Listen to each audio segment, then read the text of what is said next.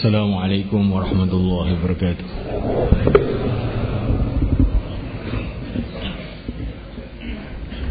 Innal hamdalillah nasta'inuhu wa nastaghfiruhu wa nu'minu bihi wa natawakkalu alayhi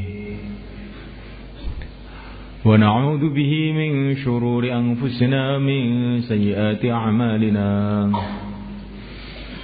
من يهديه الله فلا مضل له ومن يضلل فلا هادي له أشهد أن لا إله إلا الله وحده لا شريك له وأشهد أن سيدنا ومولانا وحبيبنا محمدا عبده ورسوله اللهم صل وسلم وبارك عليه وعلى آله وأصحابه والتابعين لهم إلى يوم القيامة أما بعد.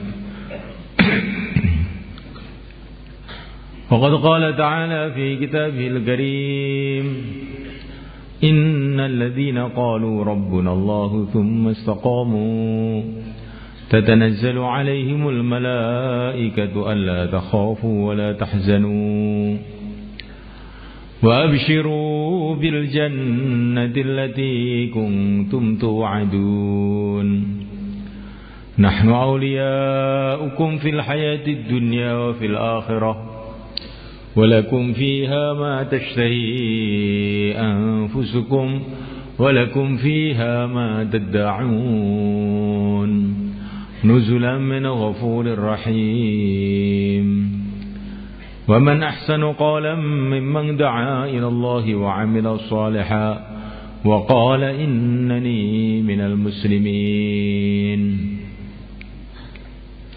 ولا تستوي الحسنة ولا السيئة ادفع بالتي هي أحسن فإذا الذي بينك وبينه عداوة كأنه ولي حميم وما يلقاها إلا الذين صبروا وما يلقاها إلا ذو حظ عظيم.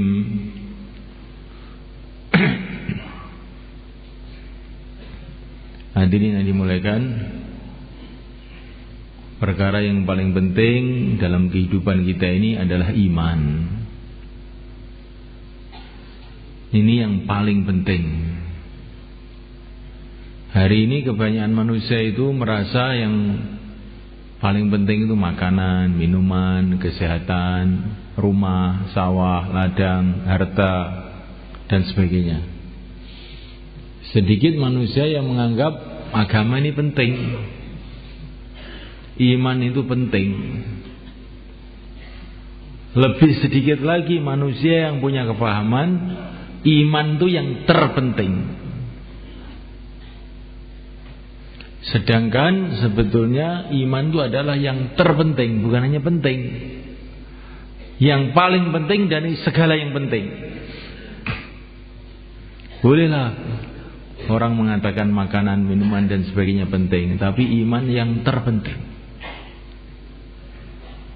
Karena kalau orang itu tidak makan, tidak minum, resikonya paling tinggi ya lapar, haus, lemes, mati. Tetapi kalau orang tidak ada iman, resikonya bukan lapar, resikonya bukan haus, resikonya bukan mati. Kalau orang tidak punya iman, resikonya itu celaka selama-lamanya. Berjuta-juta tahun, miliar-miliar tahun, triliun-triliun tahun, tidak ada habisnya. Kalau orang tidak ada iman yang benar, resikonya dia akan dimarahi oleh Allah. Dan kemarahan Allah itu lebih bahaya dari segala yang bahaya. Kalau bahayanya senjata, bahayanya bom, bahayanya bedil, bahayanya racun, bahayanya semua yang bahaya di dunia ini dikumpulkan menjadi satu, dilipatkan berjuta-juta kali lipat, nggak ada apa-apanya dibanding bahayanya murka Allah, marahnya Allah SWT. Kalau marahnya manusia, marahnya jin, marahnya setan, marahnya raja-raja, marahnya binatang-binatang buas, marahnya harimau, marahnya ular, Marahnya segala yang marah di dunia ini berkumpul menjadi satu, dilipat gandakan berjuta-juta kali, miliar-miliar kali, triliun-triliun kali, tidak apa-apanya, nggak ada apa-apanya dibandingkan bahayanya marahnya Allah Subhanahu wa taala. Tetapi kebanyakan manusia tidak menyadari.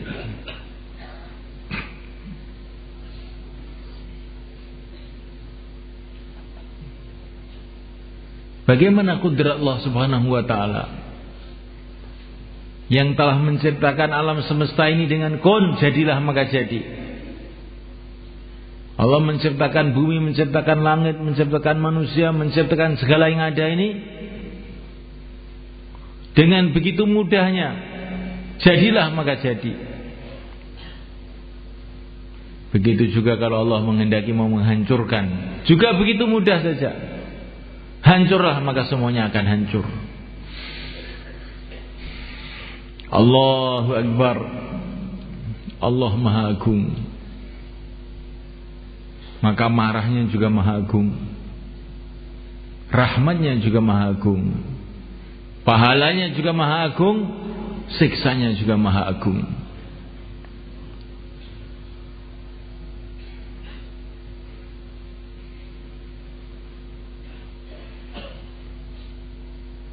Maka alangkah celakanya orang yang tidak punya iman yang benar. Tidak bisa dibayangkan ini. Bukan kayak celaka-celaka biasa. Ini celaka yang luar biasa. Celaka yang selama-lamanya. Penderitaan yang tidak ada batasnya. Kesusahan yang tidak ada selesainya. Kalau orang itu dimarahi oleh Allah.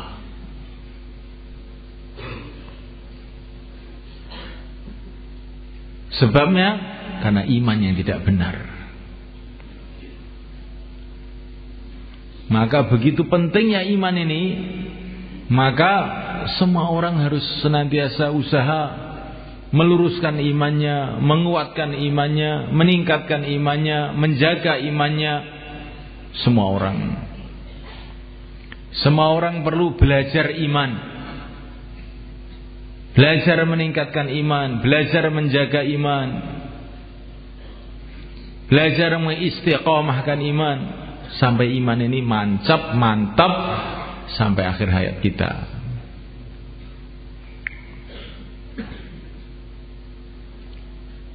Tidak layak siapa saja merasa saya ini iman saya sudah cukup, nggak perlu belajar iman lagi. Semua orang perlu belajar iman. Bayi baru lahir diajari iman. Allahu Akbar, Allahu Akbar. Asyhadu an la ilaha illallah, asyhadu anna Muhammadar Rasulullah. Bayi mulai bisa berbicara, diajari iman. Iftahu sibyanakum awwala ma takallam bila ilaha illallah. Anak kamu mulai bisa berbicara, ajarilah dia la ilaha illallah. Kalau anak ini sudah dewasa, diperbanyak lagi pelajaran ini. Aksiru min qawli la ilaha illallah. Perbanyaklah pembicaraan mengenai la ilaha illallah. Sampai bayi ini sudah mendekati ajalnya, mau mati, sudah tua,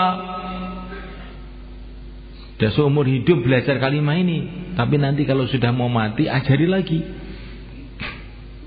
Laqinu mautakum bila ilaha illallah. Orang yang mau mati itu ajari dia kalimah la ilaha illallah. Bahkan sebagian ulama mengatakan orang yang sudah mati pun, sudah dikubur, perlu diajari lagi la ilaha illallah. Orang baru masuk Islam diajari la ilaha illallah. Orang yang sudah Islam lama, orang yang imannya sudah tinggi, Kayak Nabiullah Musa alaihissalam, imannya sudah begitu tinggi, tapi masih juga diajari, innani anallah la ilaha illa ana fa'budni. Diajari la ilaha illallah. Bahkan orang yang imannya sudah sangat-sangat tinggi, tidak ada yang melampaui lagi, yaitu yang mulia baginda Muhammad SAW, yang imannya sudah melebihi imannya para nabi, para malaikat, seluruh makhluk. Oleh Allah diajari kalimah la ilaha illallah. Fa'lam annahu la ilaha illallah. Ketahuilah olehmu, hai Muhammad, la ilaha illallah. Apa Nabi belum tahu? Sudah tahu. Apa Nabi belum yakin? Sudah yakin. Kok suruh tahu, suruh yakin, apa maksudnya? Supaya meningkatkan lagi, supaya meningkat lagi itu pengetahuannya dan yakinnya itu. Karena derajat iman itu tidak ada habis-habisnya. Hum darajatun indallah.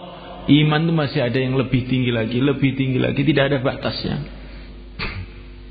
Maka sudah mantap, perlu usaha meningkatkan kemantapannya lagi. Bagaimana iman kita ini? Seperti iman yang dicontohkan oleh para nabi, yang dicontohkan oleh yang mulia Nabiullah Ibrahim alaihissalam. Dilemparkan dalam api, hasbunallah, cukup Allah saja. Bagaimana iman kita ini meningkat sampai seperti, bukan sama, tapi seperti imannya Nabi Musa alaihissalam. Depan lautan, belakang pasukan Fir'aun, semua teman-temannya sudah ketakutan semuanya, tapi beliau begitu tegar, begitu tabah, begitu mantap.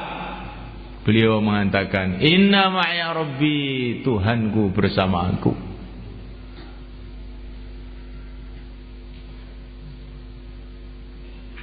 Ini sekarang kita merasa imannya sudah benar, tapi kalau menghadapi masalah itu bagaimana? Apakah kalau kita menghadapi masalah bisa hasbunallah wa ni'mal wakil, cukup Allah saja? Apakah iman kita seperti iman yang telah dicontohkan Nabi Musa alaihissalam, inna ma'aya rabbi, Tuhanku bersama aku, kalau menghadapi masalah? Ini diceritakan dalam Quran agar kita tiru, maksudnya. Karena cerita dalam Quran itu untuk kita tirukan. Ulaikal ladzina hadahumullah fa bihudahum muqtadih. Cerita-cerita para nabi dalam Quran ini bukan untuk dongeng, tapi maksudnya untuk supaya kita meniru derajat iman mereka, tingkatan iman mereka itu.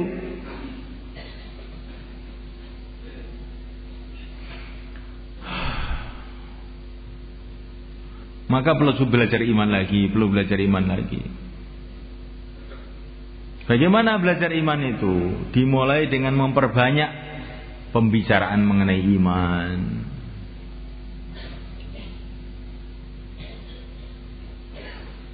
Perbanyak pembicaraan mengenai iman. Aktsiru min qauli la ilaha illallah. Perbanyaklah pembicaraan mengenai kalimat iman ini. Senantiasa di mana saja kita ucapkan dengan lisan kita, kita fahami dengan otak kita, kita tanamkan dalam hati kita bahwa tidak akan terjadi apapun kecuali dengan kehendak Allah. Masya Allahu kan, wa ma lam yasha' lam yakun. Dalam hadis riwayat Abu Daud, Masya Allahu kan, wa ma lam yasha' lam yakun. Apa yang dikehendaki oleh Allah pasti terjadi. Yang tidak dikehendaki oleh Allah tidak mungkin terjadi. Sehingga hati ini bergantung hanya kepada Allah.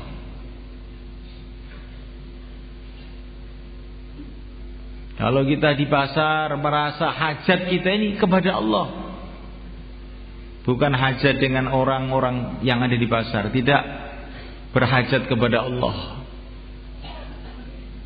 yang memegang hati semua manusia, yang memegang hati semua jin, yang memegang hati semua makhluk. Jadi kita jual beli di pasar, tapi hatinya bergantung kepada Allah. Hajat kita bukan dengan orang, hajat kita dengan yang menciptakan orang-orang ini. Kalau kita pergi ke seorang raja, seorang presiden, seorang pejabat, hati kita bergantung kepada Allah. Hajat kita bukan pada presiden, bukan pada pejabat, hajat kita kepada Allah yang memegang ubun-ubun mereka, yang memegang hati mereka, yang memegang setiap bulu mereka, yang memegang setiap denyutan jantung mereka, yang mengendalikan mereka, yang menghidupkan mereka, yang mematikan mereka, Allah Subhanahu wa ta'ala. Kalau kita pergi ke sawah, hati kita merasa hajat kita kepada Allah, bukan kepada sawah. Kalau hajat kita kepada sawah itu salah paham.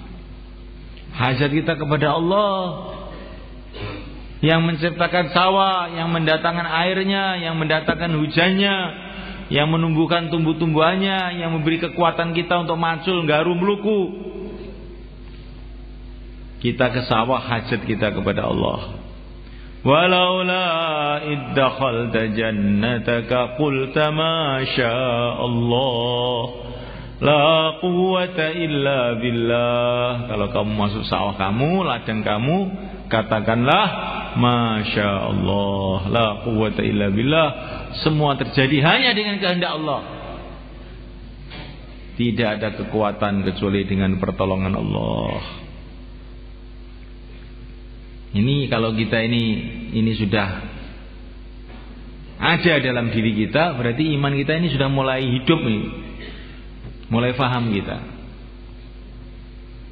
Tapi kalau ke sawah merasa hajatnya ke sawah, ketemu orang merasa hajatnya kepada orang, ketemu obat merasa hajatnya kepada obat, ini berarti kita ini masya Allah, iman kita ini rusak nih sebenarnya kan.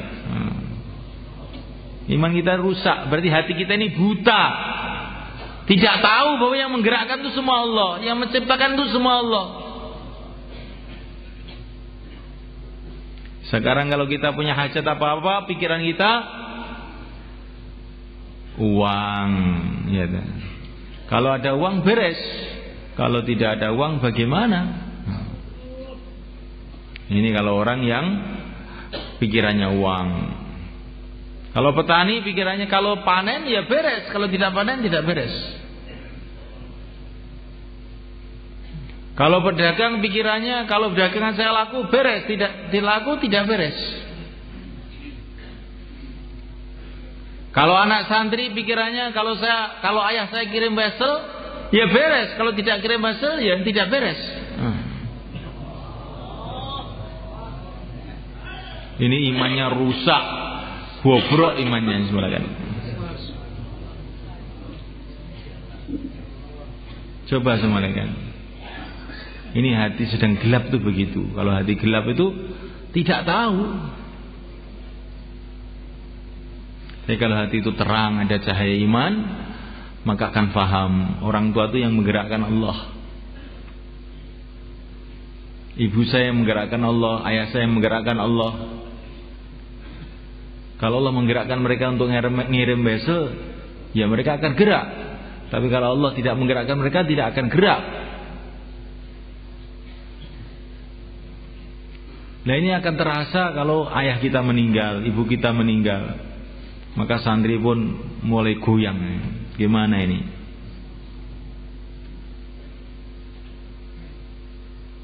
Maka sunnah malaikat Allah Ta'ala, kita perlu perbaiki iman kita.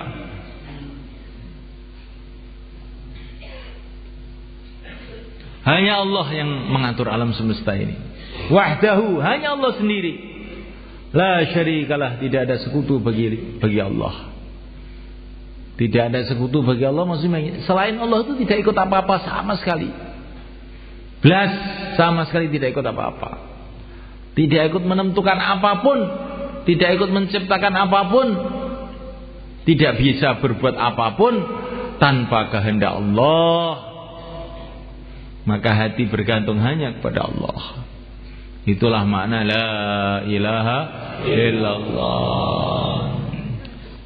Senantiasa ini kita ucapkan dan kita fahami dengan otak kita tanamkan dalam hati kita terus menerus. Inilah belajar iman pertama sebenarnya. Dan ini terus menerus sampai sakaratul maut ini, pelajaran ini. Tambah banyak kita bicara iman, tambah pula ini peningkatan iman.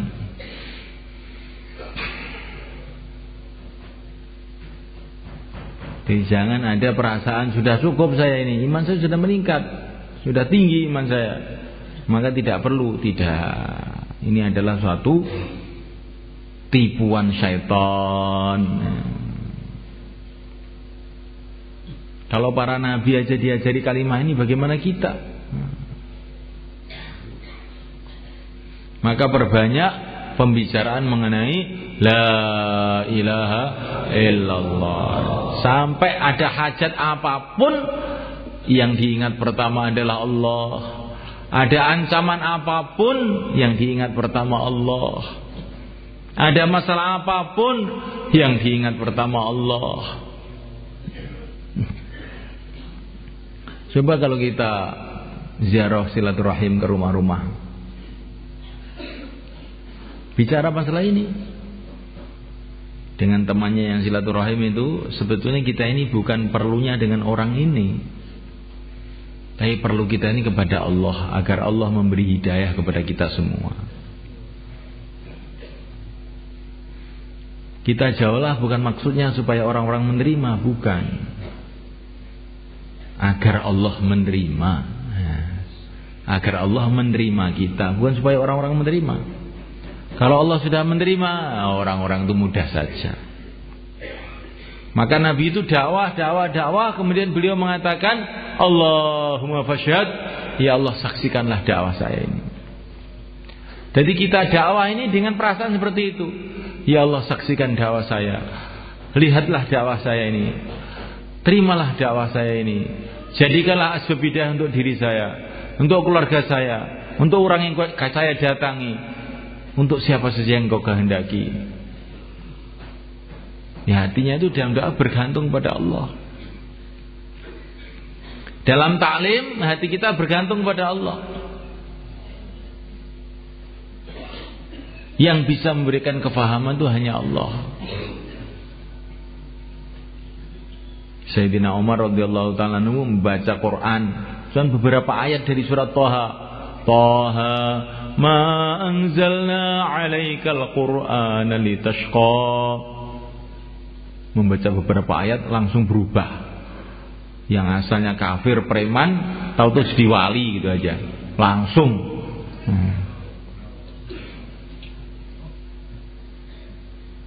Dan aneh ini Sayyidina Umar itu mulai kan. Begitu masuk Islam itu loh. Asyhadu an la ilaha illallah wa asyhadu anna Muhammadar Rasulullah. Ya Rasulullah, mari kita keluar. Loh, malah ngajak Rasulullah, aneh itu. Baru diajari syahadat sudah ngajak keluar. Kita dibayani 3 jam suruh keluar enggak keluar-keluar. Tiap Jumat datang terus. Ini Sayyidina Umar ini ajib ini. Gara-gara taklim beberapa ayat saja masuk Islam langsung, ya Rasulullah mari kita keluar.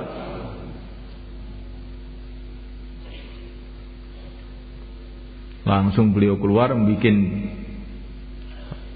2 rombongan. Satu rombongan dipimpin Sayyidina Hamzah, satu rombongan dipimpin oleh Sayyidina Umar sendiri. Putar Mekah.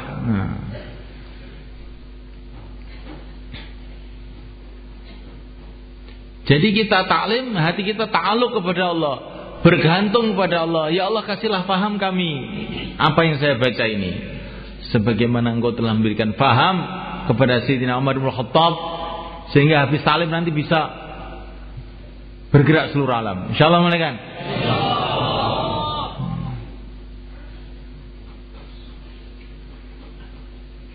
Dalam dakwah ta'alluq kepada Allah, dalam ta'lim ta'alluq kepada Allah. Dalam ibadah pun ta'alluq kepada Allah. Iyyaka na'budu wa iyyaka nasta'in. Hanya Engkau yang aku sembah, hanya Engkau ya Allah yang aku mintai tolong. Aku tidak bisa ibadah kepada Engkau tanpa pertolongan Engkau ya Allah. Tolonglah aku untuk beribadah dengan benar kepada Engkau. Jadi kita ini ibadah, tahajud, terus ngantuk, malas. Ini bukan karena capek, bukan. Karena belum ditolong oleh Allah. Iyyaka na'budu wa iyyaka nasta'in. Kalau Allah sudah menolong, Masya Allah, kayak para sahabat itu, sholat semalam suntuk tidak capek semuanya kan.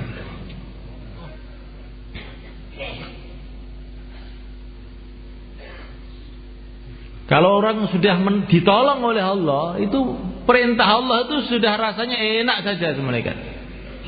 Kayak Nabi Ismail ditanya oleh Nabi Ibrahim, kamu siap saya sembelih? Saya sembelih ini perintah Allah, siap enggak? Siap. Tetapi anaknya Nabi Nuh bukan disembelih, disuruh naik kapal enak. Nah, sini nak, naik kapal bersama ayah. Kamu jangan kumpul sama orang-orang kafir, tenggelam nanti kamu. Oh, enggak, saya mau lari ke gunung saja. Diajak enak itu enggak mau kalau tidak ditolong oleh Allah. Tapi disembelih pun siap kalau sudah ditolong oleh Allah. Jadi kita ini ditaskil itu sulit itu bukan karena masalah enggak punya bekal, bukan masalah repot, bukan. Masalahnya belum ditolong oleh Allah. Kalau sudah ditolong, apalagi 4 bulan, 40 tahun pun siap. Bagaimana semuanya kan? Tapi kalau tidak ditolong oleh Allah, kayak ayah Nabi Nuh, dijak naik kapal enak lo nggak mau. Sekene lo lungguh bareng bapak ini penak, mloya mlayu tas delep sisane kok. Ora gelem mboten kula tak melayu mawon. Lho. Piye karepe? Jadi semulaikan Allah Ta'ala dalam segala hal ta'alluq kepada Allah, minta tolong kepada Allah. Nanti kalau waktu kita ditaskil 4 bulan, jangan kita berpikir mengenai macam-macam.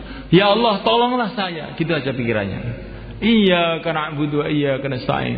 Ya Allah tolonglah saya ya Allah, tolonglah saya ya Allah. Terus berdiri. Insyaallah malaikat. Jangan lupa malaikat ini. Jangan lupa.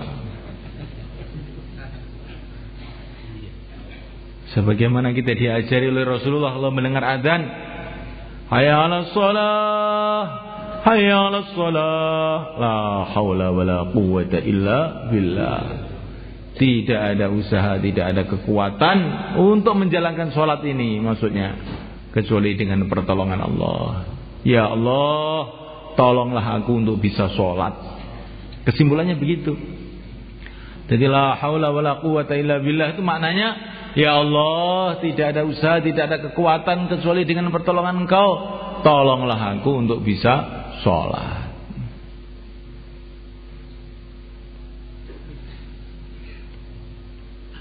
Jadi dalam segala urusan ta'alluq kepada Allah, bergantung kepada Allah. Inilah iman masuk namanya sebenarnya. Selagi kita ini masih melirik kepada makhluk, nah ini namanya imannya lemah sebenarnya. Kalau masih menoleh makhluk, menoleh Allah, ini lemah. Menoleh makhluk tok, tidak menoleh Allah, ini namanya orang kafir.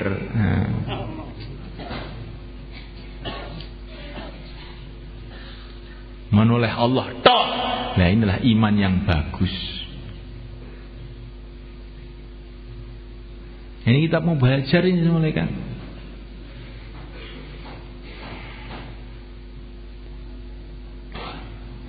Jadi usaha pertama untuk menancapkan iman ini adalah kita banyak bicara mengenai iman. Terus menerus bicara mengenai iman di mana saja kita berada. Apalagi di waktu-waktu, di suasana-suasana yang mengajak kita ingat kepada makhluk, bergantung kepada makhluk, takut kepada makhluk, berharap kepada makhluk. Saat itulah paling penting bicara iman, mereka.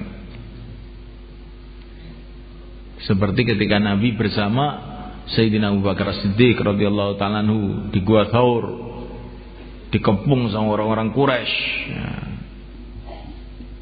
Pasukan-pasukan Quraisy mengepung mereka, mau menangkap mereka, membunuh mereka.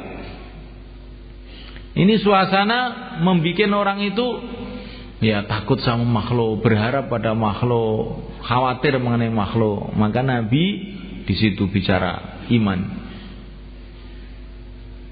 La tahzan innallaha ma'ana. Hai Abu Bakar, janganlah engkau bersedih hati. Allah bersama kita. Ma dhannuka bitsnaini Allahu thalithuhuma. Hai Abu Bakar, bagaimana sangkaan kamu? Bagaimana pandangan kamu? Dua orang tetapi dibela oleh Allah.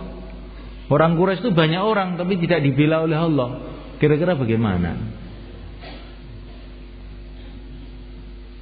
Dua orang kita ini memang cuma dua orang, tapi dibela oleh Allah. Mereka itu banyak orang tidak dibela oleh Allah. Enggak usah khawatir kamu Abu Bakar. La takhzan innallaha ma'ana. Jadi kalau dalam suasana-suasana orang itu mengingati makhluk, bicaralah iman.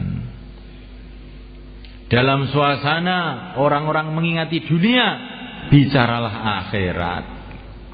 Allahumma la 'aisha illa 'aishul akhirah faghfir lil ansari wal muhajirah. Ini kata-kata Nabi ini. Ketika orang itu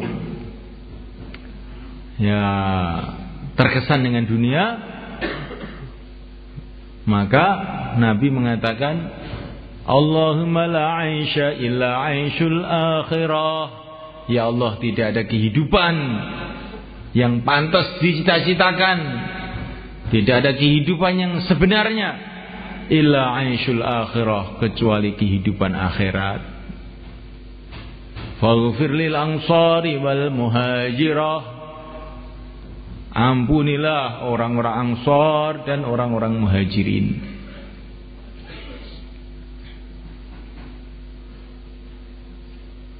Jadi kalau orang-orang mulai terkesan dengan dunia, bicaralah mengenai akhirat. Maka nanti iman kita jadi lurus.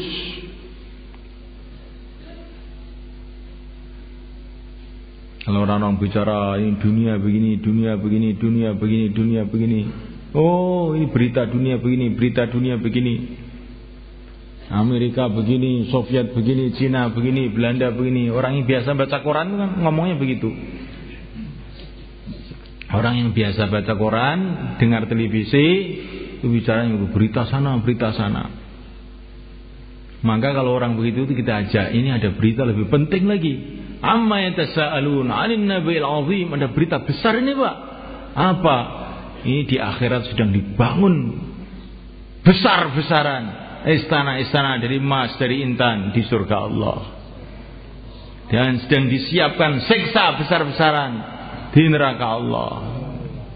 Ini berita dari Rasulullah, dari Allah Subhanahu wa taala. Kalau berita kamu itu dari mana? Mungkin juga bohong. Amerika begini, kamu nggak pernah tahu Amerika, berita Amerika opo. Mungkin juga bohong, mungkin juga keliru. Tapi kalau berita dari Al-Quran, ini dari Rasulullah SAW, dari Allah Subhanahu wa taala, wa man asdaqu minallahi haditsa. Ini pasti berita dari Allah yang tahu semuanya. Apakah berita pasti itu? Berita pasti itu semalekan tidak akan selesai ceritanya seorang anak manusia sebelum sebagian masuk surga, sebagian masuk neraka. Itulah berita pasti sebenarnya.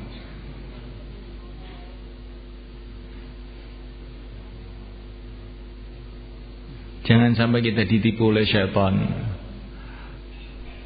Wah, ini kita sudah kaya, sudah punya mobil, anaknya sudah mantu semua, sudah mapan jadi pegawai negeri semua, saya itu hidup sudah sukses selesai. Belum selesai. Tidak ada selesainya sebelum sebagian ke surga, sebagian ke neraka. Fariqun fil jannati wa fariqun fis sa'ir. Adapun kehidupan dunia ini baru langkah-langkah pertama dari kehidupan manusia yang selama-lamanya.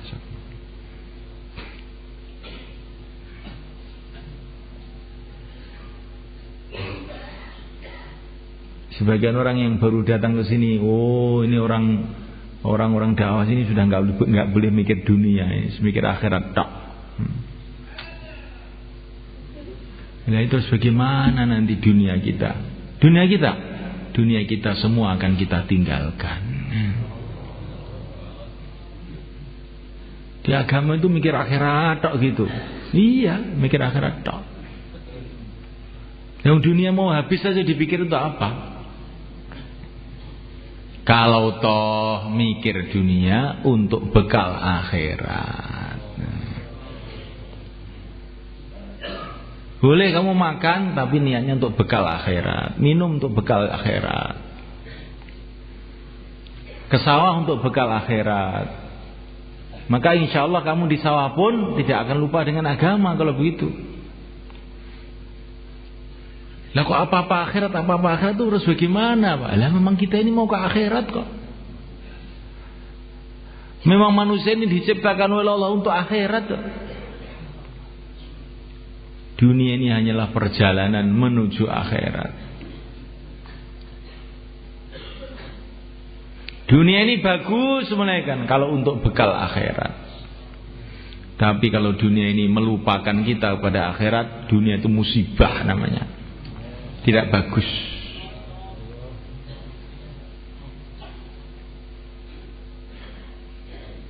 Dapat sawah itu bagus kalau kemudian sawahnya itu untuk bekal akhirat.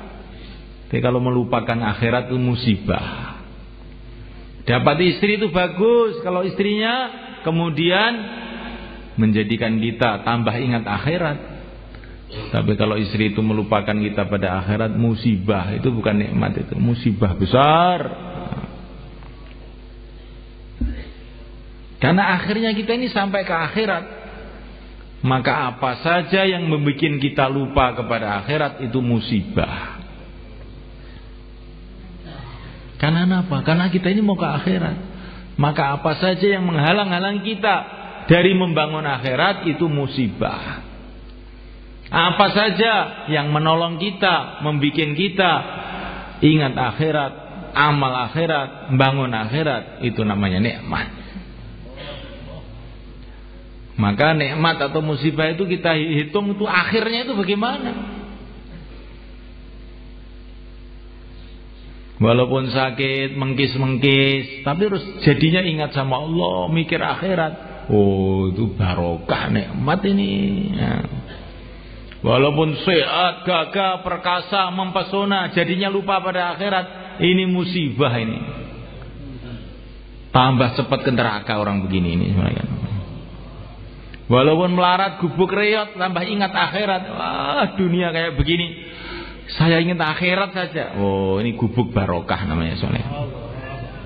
Jadi walaupun di istana membuat lupa pada akhirat, ini musibah.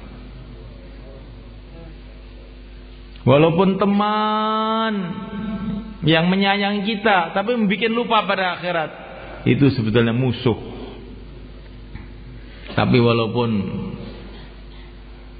mungkin agak ganggu kita, tapi mengingatkan kita kepada akhirat, geret kita ke akhirat, itulah teman kita yang sejati.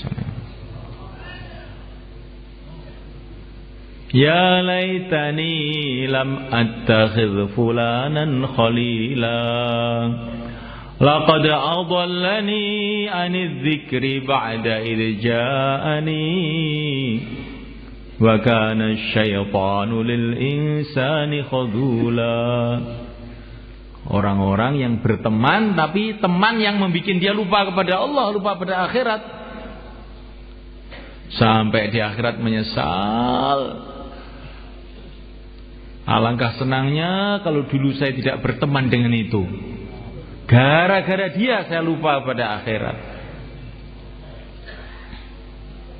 Tapi orang yang berteman dengan teman-teman yang baik, teman-teman yang mengingatkan dia kepada akhirat, teman-teman yang membimbing dia kepada Allah, maka gembira. Laqad ja'at rusulu rabbina bil haqq. Masyaallah, ternyata para rasul telah menjadi kenyataan semua pembicaraannya. Senang kenal dengan para rasul, kenal dengan pengikutnya para rasul, kenal dengan jalannya Rasulullah sallallahu alaihi wasallam.